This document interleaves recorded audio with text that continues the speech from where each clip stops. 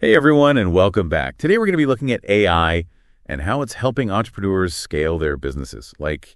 Going from just you doing everything to a whole company. It's something that a lot Yeah. of people want to do, but actually figuring out how to do it without getting crushed can be, really hard. Yeah, if you want to scale a business, you got to think differently. You got to have a whole strategy. It's kind of like you're building a plane, but you're already in the air flying it. Yeah, that's a good way to put it. And that's where AI can really help. To help us understand all this, we're going to talk about what Krista Grasso has been doing. She founded Lean Out Method and Strategic Ops Institute, and she has some really interesting ideas about using AI to scale. We're taking a deep dive into her blog post on Buffer about the tools and strategies she uses. She's got some pretty impressive results, too. Yeah, one of the things that really stood out to me was that she isn't just jumping on every new AI tool that comes out. She's really deliberate about how she uses AI, like she picks tools that help her with problems she already has or that help her achieve specific goals. That's smart. So where did she even start with all this? She started by looking at what her team was already doing, and she was like, okay, how can AI help us do this better, faster, or easier? For example, her team was spending a lot of time answering the same questions from clients over and over again about her program, Simplify to Scale. Oh, I bet. I can see how that get old fast. So what did she do? Hire more people? Nope, she found a way better solution using AI. She started using this AI chatbot called Searchy Wisdom. It's basically like a super smart search engine that she trained on all the stuff in her program. Now, when clients have a question, they can just ask the chatbot, and it gives them an answer right away, and it even answers in Krista's voice. And it gives links to the exact spot in the course where that info is. Wow, that's cool. So it saves her team a bunch of time, and the clients get answers faster. Exactly. It's a win-win. Her team saves like 20 hours a month, and the clients are happier. That's awesome. If you're listening and you're feeling swamped with all the stuff you got to do, this is a perfect example of how AI can help you out. It makes you think, what are you doing over and over again that AI could do for you? Totally. And Krista didn't stop there. Once she had the stuff her team was already doing running more smoothly with AI, she started thinking about things that she wanted to do for her business, but just didn't have the time or people for. Okay, I'm listening. What does she have in mind? Well, she had this idea about making workbooks that went with each episode of her podcast, Lean Out Your Business. She knew that it would be a great way to get people more involved, to promote her other stuff, and to just give more to her listeners. But to actually make all those workbooks, that would have been a ton of work for her team. Yeah, I could see that. Trying to do that on top of everything else, it'd be easy to just never get around to it. So did AI come to the rescue again? Yep. Krista found this tool called Cast Magic that's specifically made for turning podcast content into other stuff.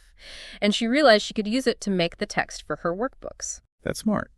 So instead of starting from scratch, the AI did most of the work. Right. And it made things so much faster. Once they had it set up, it only took them about 10 minutes to make each workbook. They'd just take the text from Cast Magic, put it into a template they already had, make a few edits so it sounded like Krista, and they were done. Nice.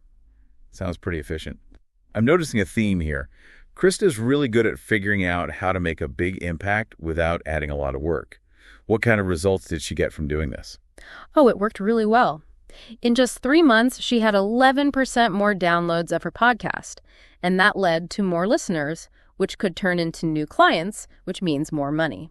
She took something that was basically just an idea and turned it into something that really helped her business grow, all thanks to AI.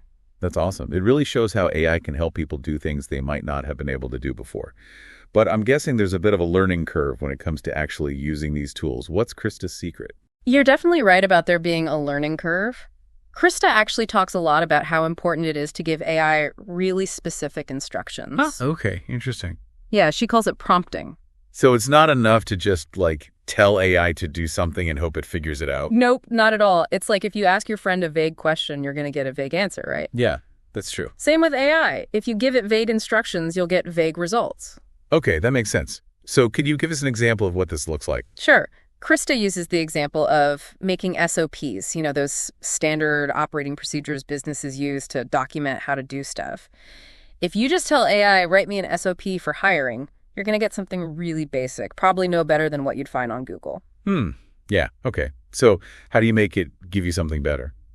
Well, Krista does a few things. First, she makes these things called custom GPTs. They're basically AI models that are trained on her specific business, like all the stuff about her brand, how they do things, their values, all that. Wow, so it's like having an AI assistant that already knows everything about your company. Exactly. It saves a ton of time because you don't have to explain everything from scratch every time. That's really cool. But what about giving it specific instructions? You mentioned that before. Yeah. That's where micro-prompting comes in. Instead of giving the AI one giant task, she breaks it down into smaller steps. And for each step, she gives super detailed instructions. So it's like giving it a roadmap instead of just telling it where to go. Yeah, exactly. That seems way easier than trying to explain a whole complicated process all at once. It is, and you get way better results. So instead of getting a generic SOP, she gets one that's perfect for her team, exactly what they need. That makes a lot of sense. So it's not just about having the right AI tools. It's about knowing how to talk to them, how to communicate what you want. Yep, exactly. And that's true for anything you're using AI for, whether it's writing, analyzing data, or even just coming up with ideas. The more specific you are, the better the results. It's like anything else. Good communication gets you better results. Speaking of communication, Krista also has some interesting thoughts about how people should choose and manage their AI tools right. Oh yeah, she's all about quality over quantity. It's easy to get caught up on all the hype and think you need to try every single new AI tool. But she says that's a bad idea because it just makes things more complicated and costs more money. Yeah, that's true. So it's not about having the most tools, it's about having the right ones. What did that look like in Krista's case? Well, she recommends starting with the tools you already have. A lot of the popular platforms are adding AI features all the time, so you might already have some good AI stuff without even realizing it. That's a good point. It's easy to miss stuff like that. Yeah. Like Krista says, her team was already using tools like Miro and Monday.com way before AI was a big thing. And they were able to get a lot more done just by using the AI features that those platforms already have. That's a good reminder to actually look at all the features of the tools you're already paying for. You never know what you might find. But what if the tools you're using don't have the AI features you need? How do you know when it's time to get something new? Well, Krista's philosophy is less is more. She only uses a few dedicated AI tools like Searchy Wisdom for that client chatbot we talked about, Cast Magic for making those workbooks from her podcast, custom GPTs for all sorts of stuff, and then Claude for helping her write better. She focuses on tools that work well with her other systems and that fit into how she already does things. That makes sense. It's kind of like that intentional AI thing we were talking about before, right? Yeah.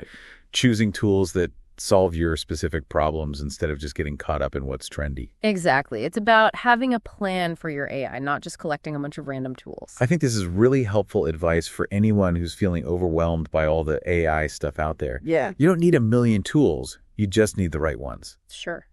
And in all this talk about tools and how to use them, Krista makes a really important point. What's that? AI should be used to help people, not to replace them. Oh, yeah, definitely. So it's not about letting robots take over our job. No way. It's about using AI to free up our time and energy so we can focus on the stuff that humans are really good at, like being creative, thinking critically, building relationships, all that stuff that AI can't do. So it's more like a partnership between humans and AI. Yeah, exactly. Each side brings its own strengths to the table.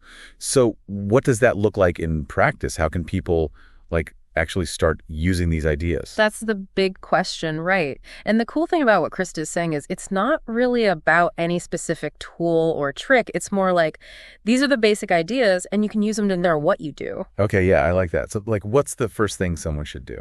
Krista always starts by looking at what you're already doing. Like, what are the things you do over and over? The things that take forever, the things that make you wish you had a clone. Yeah. We all have those things. Right, and those are the things where you start to ask, could AI help me with this? Like, could it do it for me? Could it make it faster, better? Or could it just get it off my plate so I can focus on other stuff? So finding the things where AI could actually make a difference. You give me some examples, like what would that look like for different jobs? Sure. Let's say you're a teacher and you spend hours grading papers. Could AI help you, analyze the writing, find mistakes, or even suggest feedback? That would give so much more time to, plan lessons or work with students one-on-one. Yeah, that'd be amazing for teachers. What about for someone who does something more creative? Okay, let's say you're a graphic designer and you're always making stuff for social media. Yeah. Could AI help you, make different versions of a design, resize images for different platforms, or even come up with ideas based on what your client wants? Those are good examples. It's all about finding the parts of your work that AI could do better or faster.